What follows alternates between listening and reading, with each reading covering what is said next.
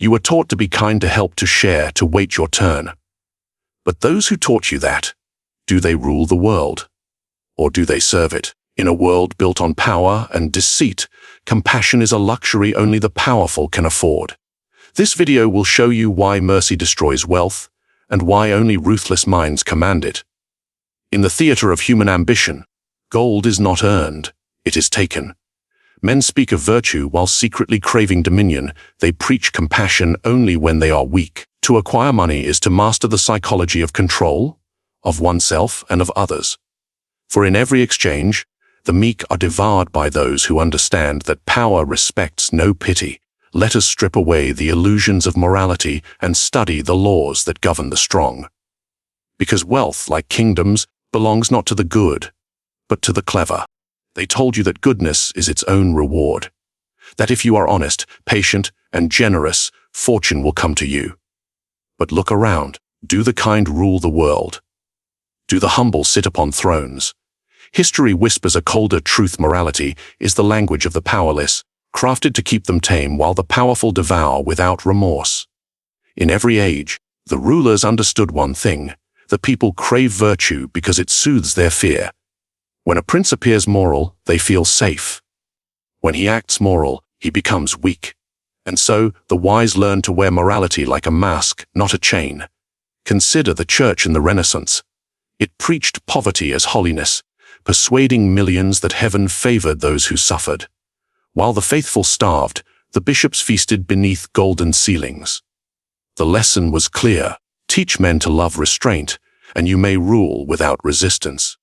This is the first great deception of wealth, convincing you that virtue and abundance are allies when, in truth, they are enemies. You have been conditioned to feel guilt for ambition. From childhood, they told you that wanting more was greed, that asserting yourself was arrogance, that accumulating power was corruption. But who planted these ideas in your mind? Not the rich. They never believed them. They only needed you to believe them. Morality, in its most dangerous form, becomes a leash. It tells you to wait your turn while others seize opportunity. It tells you to be patient while time burns your chances to ash. It tells you to forgive those who exploit you, so they may do it again. The poor cling to moral purity because it gives them dignity amid defeat. It allows them to say, "I may not have wealth, but at least I am good." And yet, goodness without power is not virtue. It is impotence dressed in holy robes. Think of the merchants of Florence. While others prayed for luck, they learned the art of perception. They donated to the church not out of piety, but strategy. Knowing that public virtue breeds private protection, their gold built altars by day and influence by night. They mastered the illusion of morality, and in doing so, they purchased immunity from judgment. Ask yourself, when has morality ever protected the weak? When a soldier hesitates to strike because mercy stays his hand, does his enemy spare him in return? No, mercy is a transaction that only works when power enforces it. Without power, compassion is a suicide note written in noble ink. Modern psychology agrees. People follow those who project certainty, not those who display kindness. Compassion without strength invites exploitation. The brain reads confidence as truth, dominance as competence. This is why the ruthless rise, not because they are evil, but because they understand the mechanics of human instinct. You were taught that helping others makes you noble. But what happens when your help becomes dependency? When your generosity creates parasites who feed on your guilt? Many suffer not because the world is cruel, but because they confuse self-sacrifice with virtue. They let others feed on their time, their money, their energy, and call it kindness. In truth, the rich are not heartless, they are selective.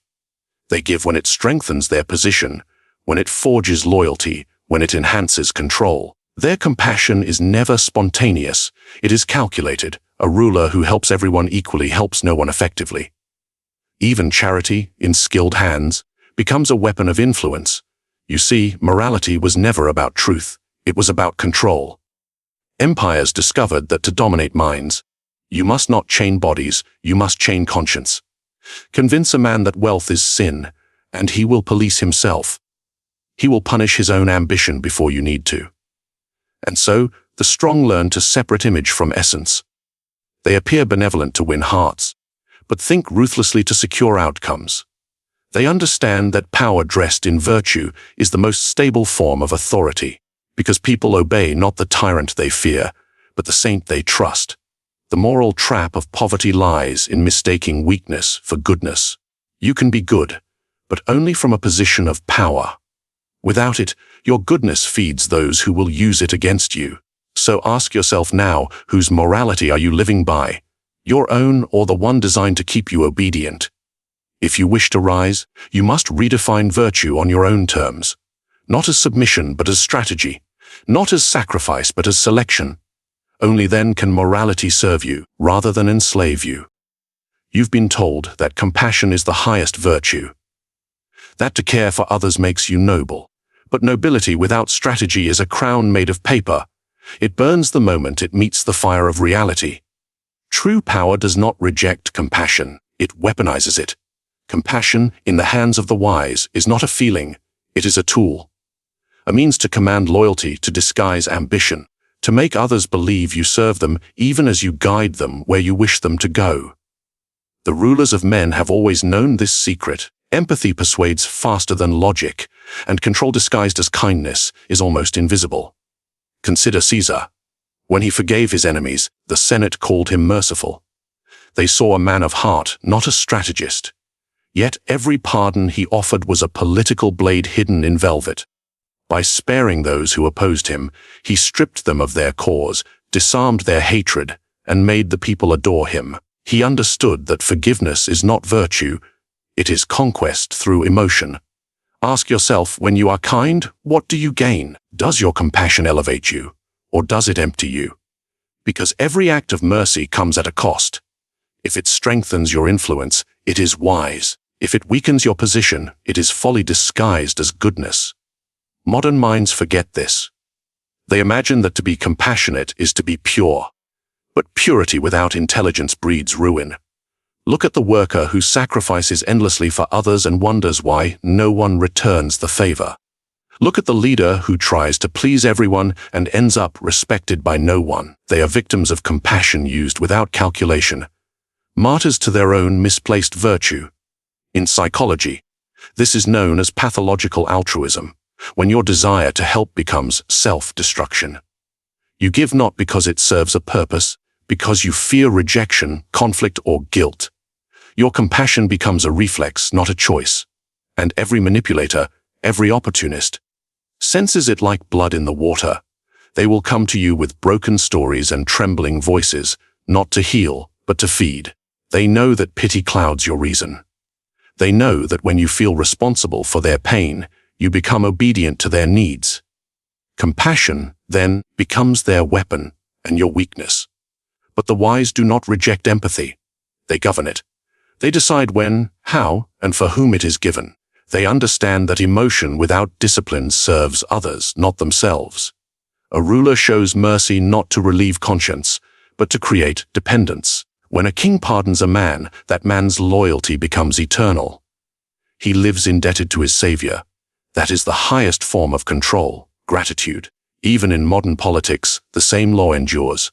Leaders use empathy as theater, a stage tear, a public embrace, a speech about the poor, each gesture designed not to feel, but to influence. People do not follow compassion itself, they follow the appearance of it, because deep down they crave to be seen, not to be saved. You too must learn this craft. Show care where it earns leverage.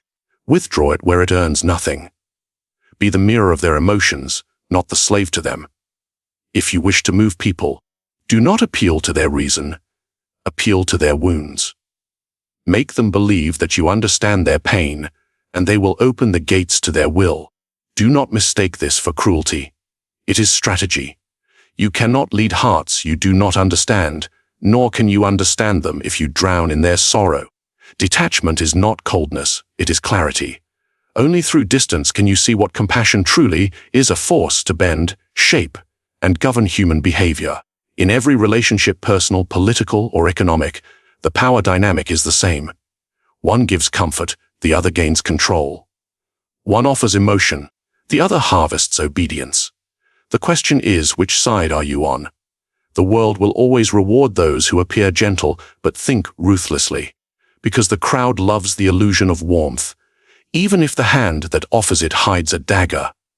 Master that illusion, and you can command without force. Fail to master it, and you will spend your life serving those who have. Remember this: it is better to be feared for your understanding of emotion than loved for your inability to control it. Let your compassion move others, not rule you, for kindness without purpose is just another form of slavery. Sweetened by the taste of virtue, every human interaction is a transaction. Every smile, every favor, every act of love, an exchange of value, whether seen or unseen. You may deny it in words, but you live by it in action. Because the world is not built on ideals, it is built on trade. You give to receive. You serve to gain protection. You love to be loved in return. This is the law that governs both the marketplace and the heart. Nothing is free. The powerful know this instinctively. The weak refuse to accept it. They call their giving selfless, as if denying their own needs makes them pure. But selflessness is often a mask for fear, the fear of rejection, confrontation, or ambition. And those who fear to demand return for their value soon learn how cheaply they are bought. Consider the courts of Renaissance Italy.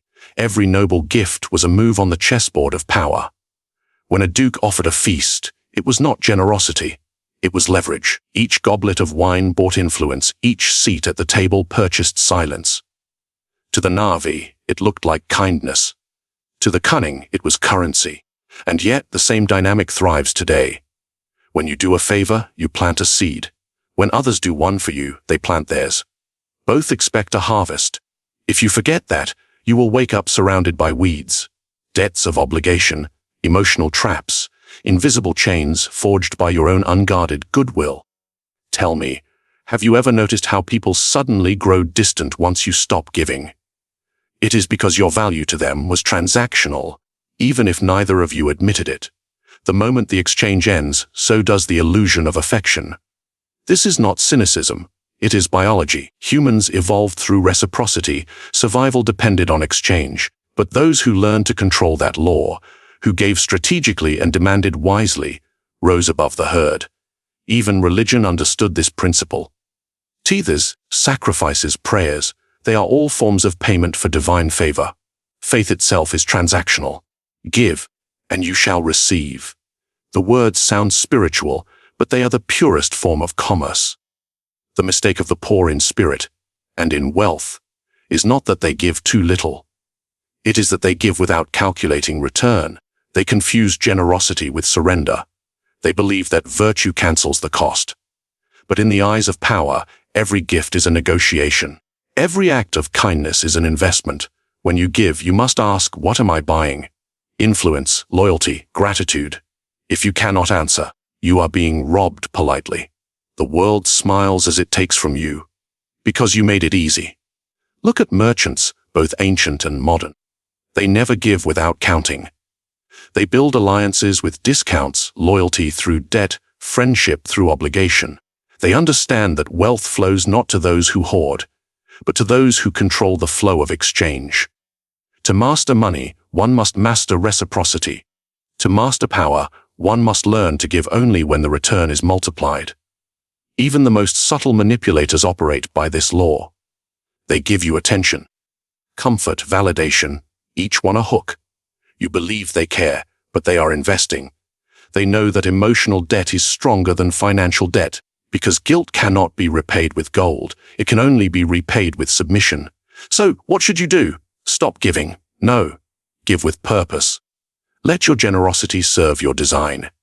Let your help become a bond that strengthens your position. And never give where gratitude dies quickly. True mastery is not found in taking. It is found in giving so precisely that others are bound to you by invisible threads of obligation. Make them feel that you are their source, their benefactor, their protector. Let them drink from your hand, but remind them who fills the cup, and when you receive, receive with awareness. Every gift you accept carries a price. Sometimes the cost is obedience, sometimes silence, sometimes loyalty you did not choose. To accept without discernment is to sell yourself for comfort. The strong give to command, the weak give to be liked, and in the end, both may seem generous, but only one remains free. This is the ruthless law of exchange. You either trade with awareness, or you are traded away by those who have it. Every relationship, every deal, every alliance, seen through this lens, reveals its true cost. So ask yourself, before your next act of generosity, are you investing in power or paying for illusion? In the next lesson, we'll strip away the last layer of sentiment and dive into the mind itself, where emotion becomes a weapon and detachment, the highest form of control. The world worships passion. It celebrates those who follow their hearts, as if emotion were a compass that always points north. But look closely. Those who rule empires are not guided by passion, they rule it. Emotion is fire. It can forge steel or burn cities, and most men, consumed by it, become their own destruction. You've seen it. The man who ruins his fortune for love.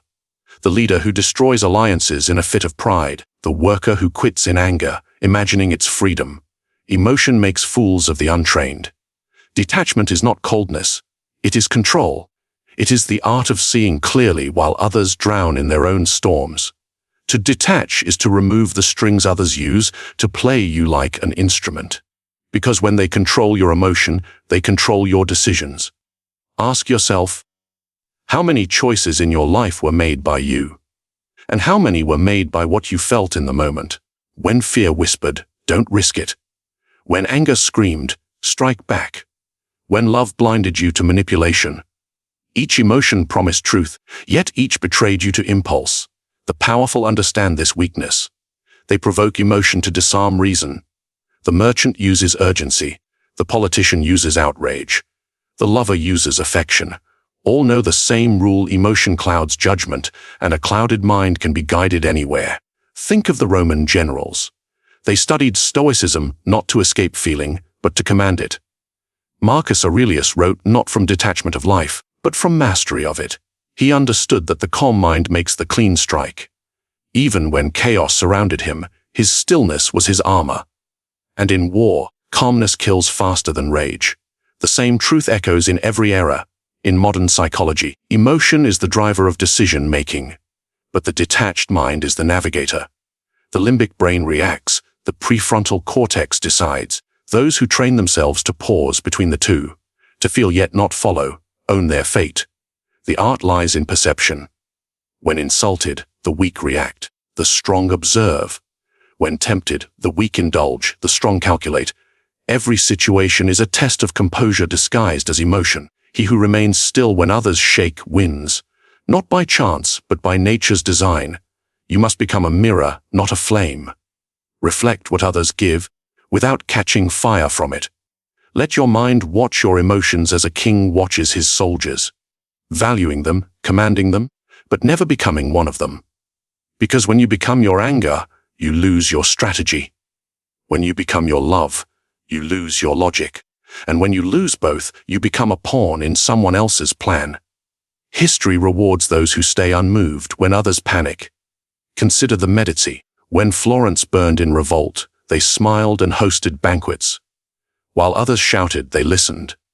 While others plotted, they invested. Their fortune was not built on genius. It was built on composure. Because the calm man always sees what the emotional man misses. In the modern world, this principle is more vital than ever. Every screen you touch screams for reaction. News feeds weaponize outrage. Advertisements provoke envy. Social media feeds on validation. Each click, each scroll, trains your nervous system to be ruled by impulse. And each reaction costs you energy, focus. 3 currencies the powerful guard like treasure. The antidote is awareness. Observe the emotion rise. Name it. Study its shape. But do not let it steer the ship. Detachment does not mean apathy, it means direction. You still feel, but you decide what feeling serves the mission and what distracts from it. The greatest manipulators use this discipline. They feign emotion to move others, but remain untouched inside. They cry for sympathy, rage for effect, love for control. Their feelings are performances, tools, not truths. They know that to win influence, one must appear human but remain untamed by humanity. Ask yourself, what if you could feel everything, but be owned by nothing? What if every insult became information, every betrayal became data, every heartbreak became strategy? Would you not be untouchable? This is emotional detachment. Not the death of feeling, but the birth of command. When you master this, you no longer chase control. You become it. And those who once swayed your heart will soon obey your calm. Remember, emotion is power, but only when it bends to your will. Those who cannot control themselves will be controlled by those who can. Wealth does not seek the kind. It does not follow fairness nor reward sincerity. Wealth follows power, silent, magnetic, and ruthless. Like a predator, it senses confidence and devours hesitation. You were taught that money is earned through effort. But look closely. The hardest workers are rarely the richest. They labor with devotion, yet wealth circles elsewhere. Toward those who command rather than serve. Effort builds wealth for others, strategy keeps it for oneself. Money, like power, gravitates toward strength. Not the strength of muscle, but of mind. It is drawn to those who act without guilt, who take without apology, who see morality as negotiation rather than law. To them, every resource is prey, and they hunt without shame. Consider the Medici of Florence. They began as merchants, counting coins behind dim candlelight. But they rose to rule not through toil, but through cunning. They learned that money must circulate like blood, feeding influence, buying silence, breeding loyalty. Their gold financed art, yes, but also war, espionage, and the quiet elimination of rivals. They understood the truth. Wealth that does not dominate soon becomes someone else's feast. You must understand, wealth is not neutral. It is alive. It obeys the will of those who dare to control it. It despises weakness, because weakness leaks value. Show guilt in gaining it, and it escapes you. Show fear in spending it, and it enslaves you. Money is loyal only to confidence. It flees the hesitant like prey escaping the timid hunter. Think of predators in nature. The lion does not chase every deer, it chooses. It stalks, waits, and strikes with precision. The same law governs wealth. Those who chase everything catch nothing. Those who wait observe and seize at the perfect moment. Their fortune multiplies effortlessly. So ask yourself, do you chase money or does it come to you? The difference is not in effort, but in perception. Chasers reek of desperation. They repel wealth through neediness. Masters move as if they already own it, and money, like all power, worships certainty. Modern psychology confirms this ancient instinct. People with a scarcity mindset see money as survival. They grasp, cling, and beg for security. But those with dominant psychology see money as territory. They expand, risk, and demand return. The first group works for pay. The second dictates the price. And the world always serves those who dare to name their value. History remembers the ruthless not because they were cruel, but because they understood exchange. Napoleon looted treasuries to fuel his wars, then rewrote economies to legitimize his theft. Carnegie and Rockefeller crushed competitors, then sanctified themselves through charity. Even their benevolence was strategic, a cleansing of the public image that allowed wealth to multiply under the mask of virtue. This is the predatory nature of money. It rewards the cold, but hides behind the warm. It dresses in charity to disguise conquest. It smiles as it conquers markets, governments, and minds. And it flows toward those who command it with certainty, even when that certainty is an illusion. Look around today. The corporations that preach equality pay for obedience. The politicians who promise compassion sell loyalty. Every transaction hides a predator and a prey. If you cannot see which one you are already the prey. To understand money, you must strip it of its illusion of morality. It is not good or evil, it is momentum. It moves where it is claimed, and it abandons those who wait to be chosen. You must claim it with intention, not greed but precision, not by asking, but by creating conditions that demand it. Wealth bends to authority, it obeys clarity of purpose. When you know what you want and why, the world's resources begin to align toward you.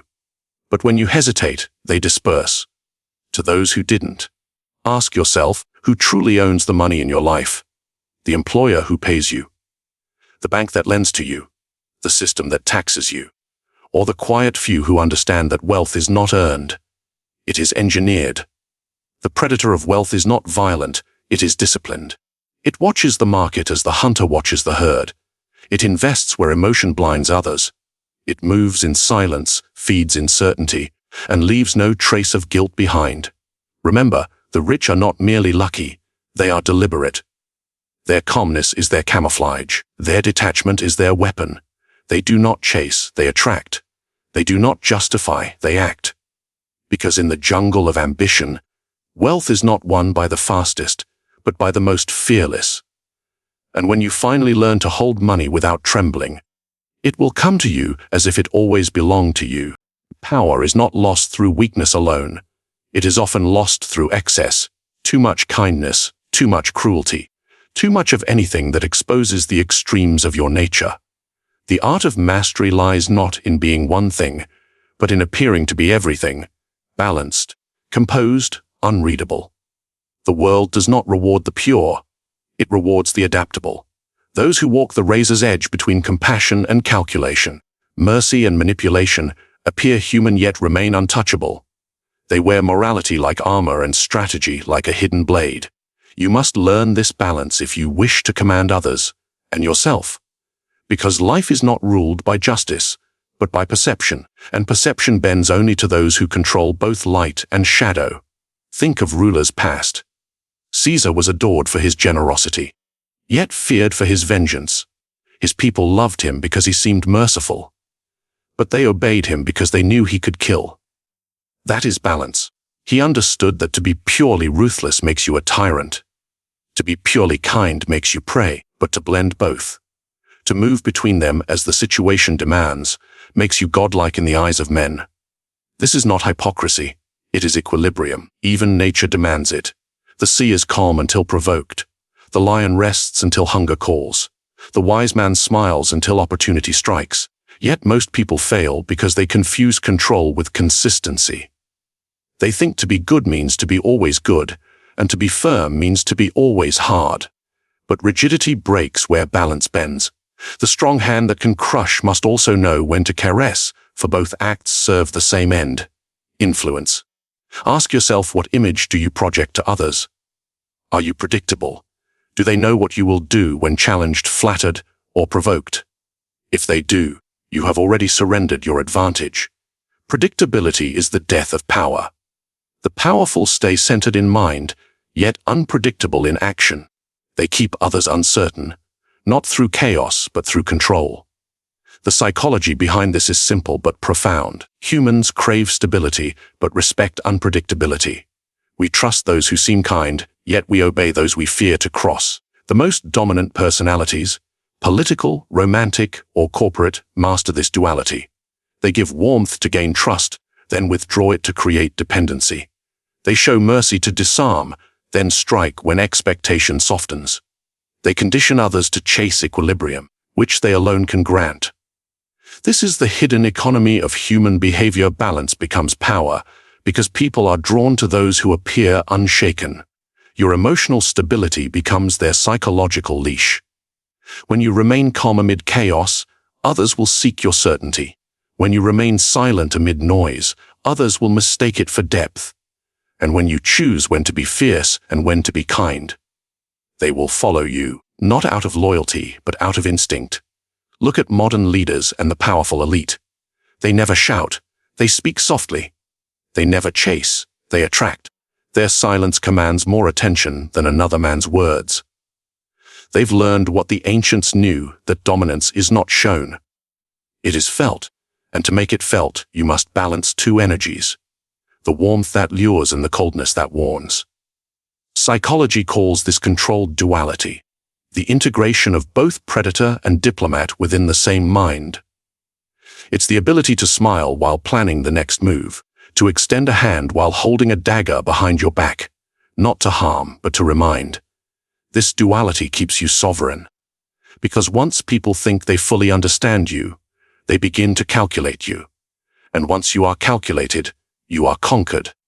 But when they sense that beneath your calm lies something dangerous, they respect you even in your silence. Fear disguised as admiration. This is the highest form of influence. Do not mistake ruthlessness for cruelty. Ruthlessness is precision, the ability to remove what weakens you without hesitation.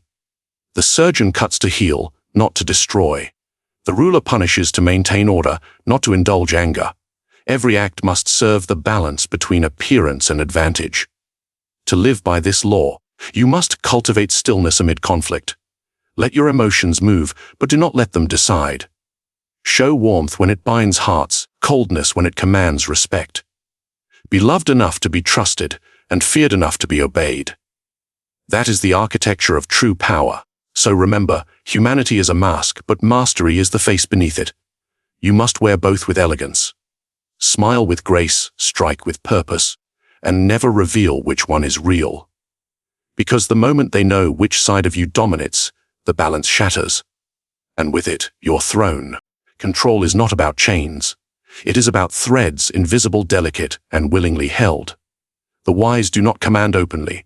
They plant desires, shape fears, and let others believe the choices were their own. That is the highest form of domination. To rule minds while appearing to guide hearts.